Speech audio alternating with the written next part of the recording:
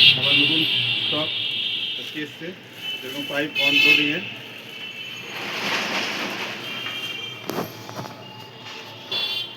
3 metre 2 metre এখানে pipe L সাইজের এসছে, স্ট্রেট এসছে, সব রকমের আছে। গিজারের এলিমেন্ট,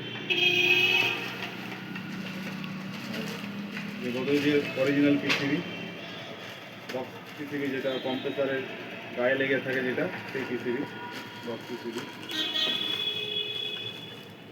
এটা এলজি স্ক্যালগন, যেটা টাপ পরিষ্কার করার জন্য ওয়াশিং মেশিনের টপ লোডিং ফল লোডিং দুটোই হবে কাজে। এটা সেমি অটোমেটিকে লাগে না, টপ লোডিং ফল লোডিংয়ে হয়, এটা স্ক্যালগন হয়।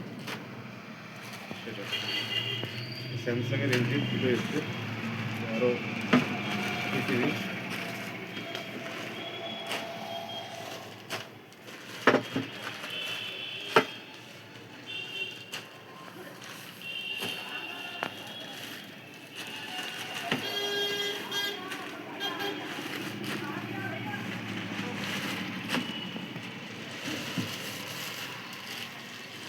টপ লোডিংয়ের আউটলেট পাইপ 3 মিটার।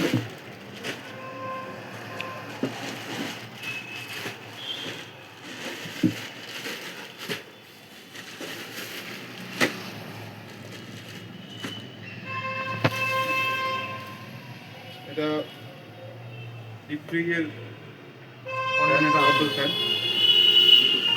জেকেবি 16 ওয়াটের।